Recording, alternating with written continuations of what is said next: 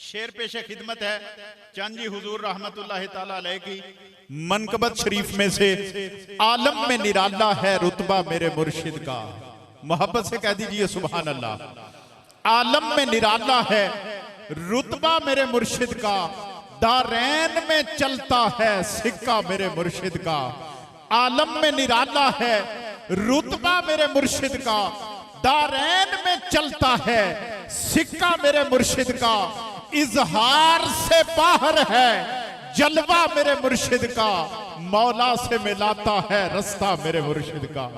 حضرات محترم، اس شعر کے ساتھ میں التماس گزار ہوں خطیب ابن خطیب، عالم ابن عالم، خطیب پاکستان حضرت مولانا علامہ قاری محمد طیب رشید صدیقی صاحب. ان کا موضوع ہے حالات حاضرہ. اس پر یہ اپنا لیکچر ارشاد فرمائیں گے. نحمدہ ونصلی ونسلم علی رسولہ الکریم، اما بعد، اعوذ باللہ من الشیطان الرجیم، بسم اللہ الرحمن الرحیم. وَيُؤْثِرُونَ عَلَىٰ أَنفُسِهِمْ وَلَوْ كَانَ بِهِمْ خَصَاصَةٌ. آمنت باللہ صدق اللہ مولانا العظیم وبلغنا رسولہ النبی الکریم الامین. ان اللہ وملائکتہ یصلون علی النبی یا ایہا الذین آمنوا صلوا علیہ وسلموا تسلیما. الصلاة والسلام علیکہ یا رسول اللہ وعلا آلکہ وصحابکہ یا حبیب اللہ. الصلاة والسلام علیکہ یا نبی اللہ وعلا آلکہ واصحابکہ یا نعمت اللہ. اللہ تعالیٰ کی حمد و ثنا کے بعد نبی اکرم شفیع معظم جناب محمد مصطفیٰ صلی اللہ علیہ وآلہ واصحابہ وبارک وسلم کی بارگاہ مقدسہ میں درود و سلام کا نذرانہ عقیدت و محبت پیش کرنے کے بعد،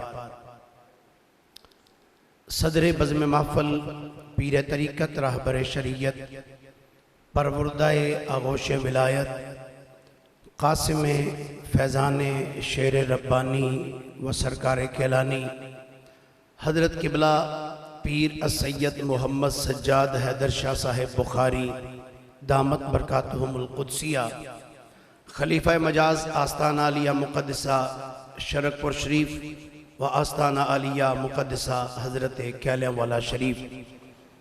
الحمدللہ آج وادی نور آستانہ عالیہ حضرت کیلیاں والا شریف میں آج وہی بہار دیکھنے کو مل رہی ہے جو آستانہ عالیہ شرک پور شریف میں میسر ہوتی ہے. حضور قبلہ پیر طریقت راہبر شریعت حضرت صاحبزادہ میاں محمد ابو بکر صاحب نقشبندی مجددی سجادہ نشین آستانہ عالیہ شرک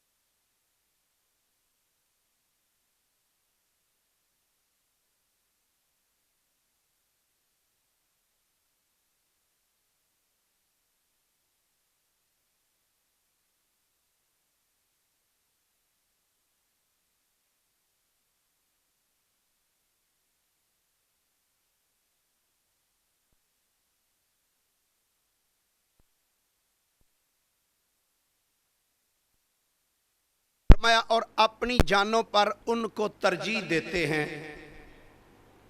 اگرچہ انہیں شدید محتاجی ہو. اس آیہ پاک کے متعلق امام بخاری رحمت اللہ تعالیٰ علیہ نے بخاری شریف میں ایک حدیث پاک نقل فرمائی ہے. فرماتے ہیں حضرت سیدنا ابو ہریرہ رضی اللہ تعالیٰ عنہ اس حدیث پاک کے راوی ہیں. ان ابی ہریرہ رضی اللہ تعالیٰ عنہ قال اتا رجل رسول اللہ صلی اللہ علیہ وآلہ وسلم.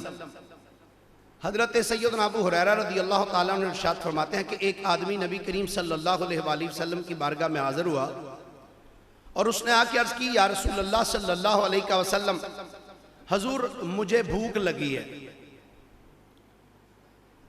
تو نبی کریم صلی اللہ علیہ وآلہ وسلم نے جب اس اپنے خادم کی یہ بات سنی فَأَرْسَلَ إِلَى نِسَائِهِ تو نبی کریم علیہ السلام نے ایک آدمی کو اپنے غلام کو اپنی ازواج مطہرات کے گھروں کی طرف روانہ فرمایا کہ جاؤ پوچھ کے آؤ کسی کے گھر میں اس کے لیے کوئی کھانے کی چیز میسر ہو.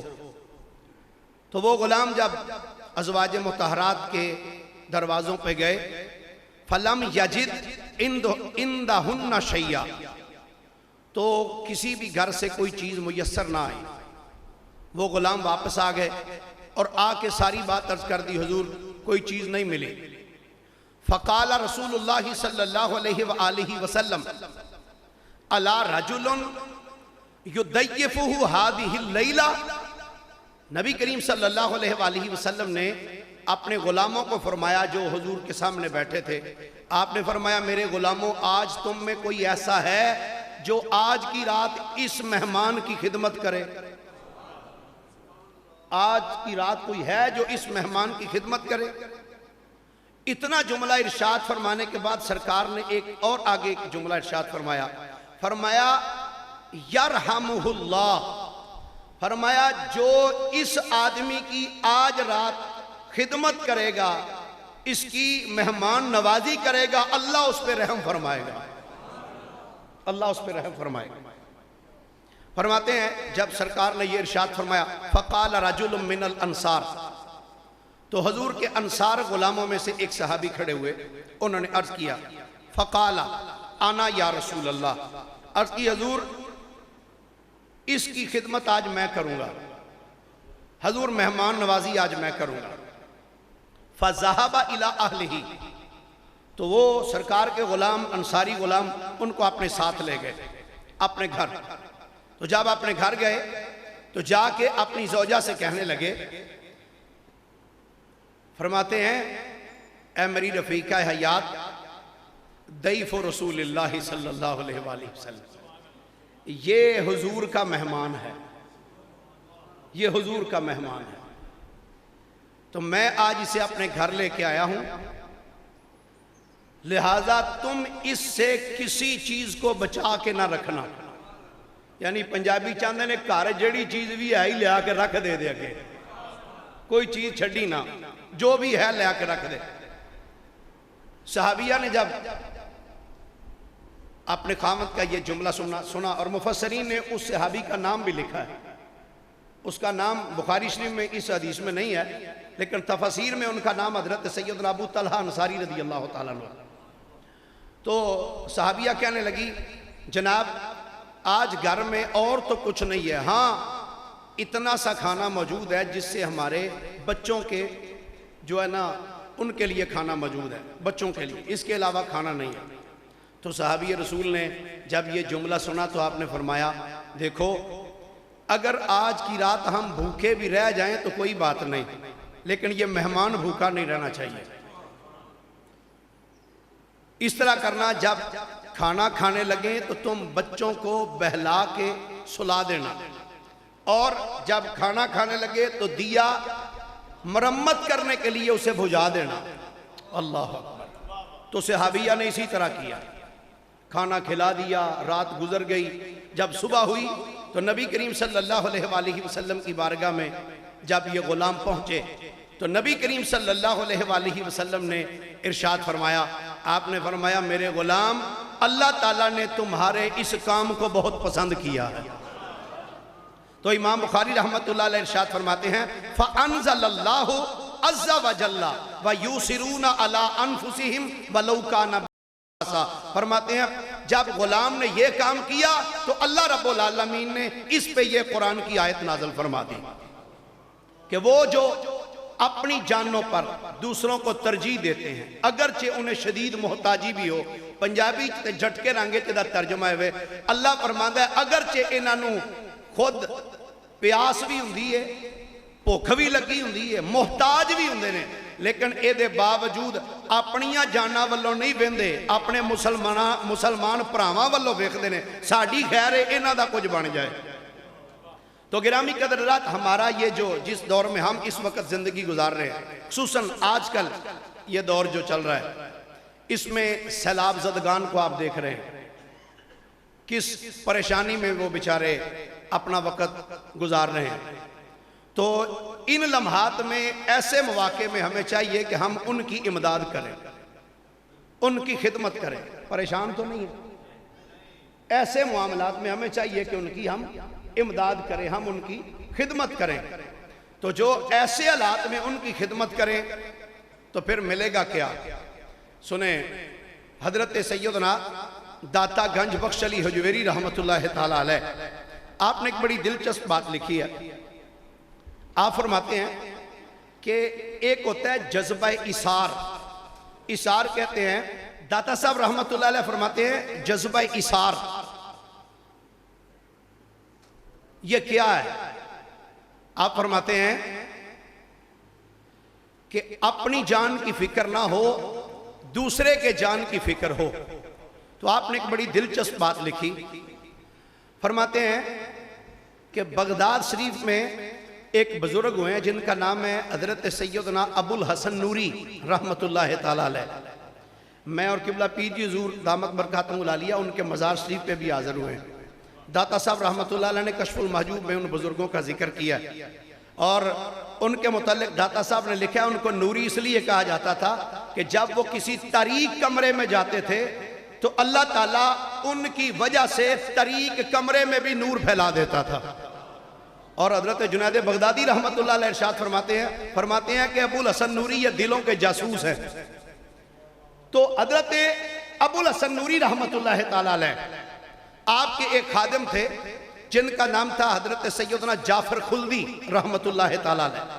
آپ فرماتے ہیں ایک رات میرے دل میں خیال آیا کہ میں اپنے شیخ کی بارگاہ میں حاضر ہو جاؤں، اپنے شیخ کی بارگاہ میں پہنچوں۔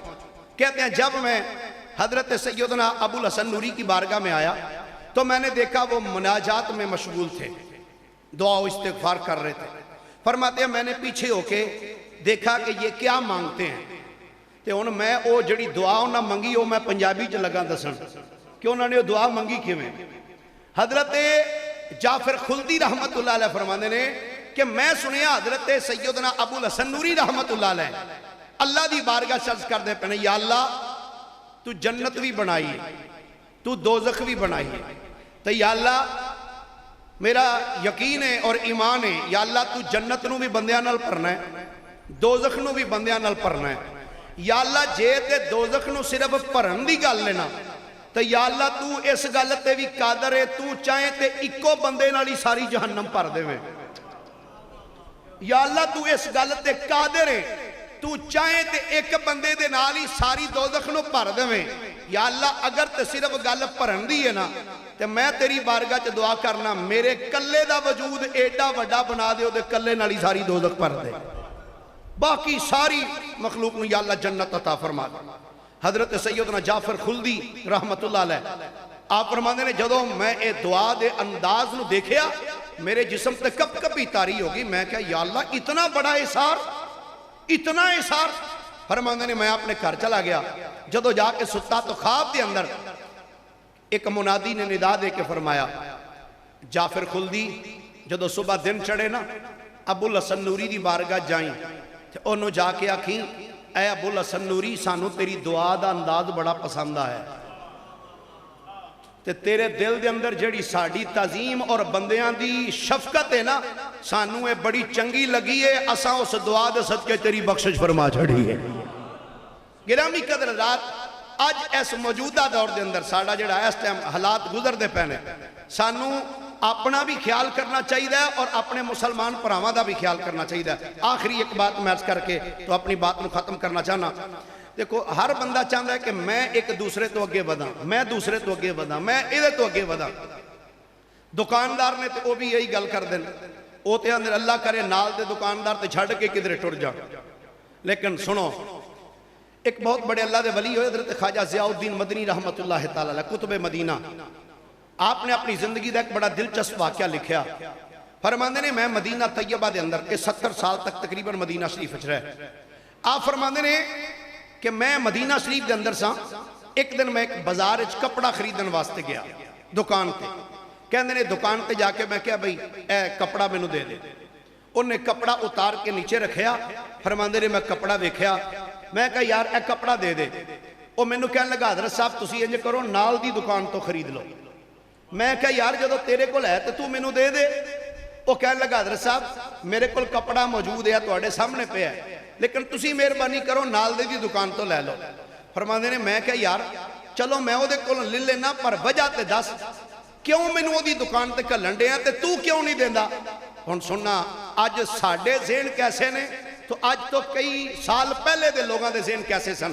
فرماندے نے جدو میں کہا نا یار تو کیوں نہیں دے رہا، نال دی دکان تے کیوں بھیج رہے ہیں؟ کہندا حضرت صاحب گل لے وے اے جڑا نال دی دکان والا ہے بھی مسلمان ہے، اے بھی صبح دا بچیاں واسطے رزق کمان واسطے آیا ہے، تو میں بھی صبح دا آیا بچیاں دے واسطے رزق کمان واسطے۔ لیکن حضرت گل لے وے میں صبح دے کئی سوٹ ویچ بیٹھا، انہیں سویر دا ایک بھی نہیں ویچیا، میں کئی سوٹ ویچ بیٹھا انہیں سویر دا ایک بھی نہیں ویچیا۔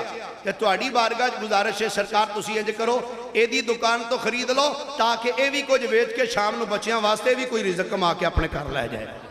تو گرامی قدردات سانو اس دور دے اندر اس حالات دے اندر سانو جویں اپنا خیال کرنا چاہیے، اپنے پراواں دا بھی خیال کرنا چاہیے۔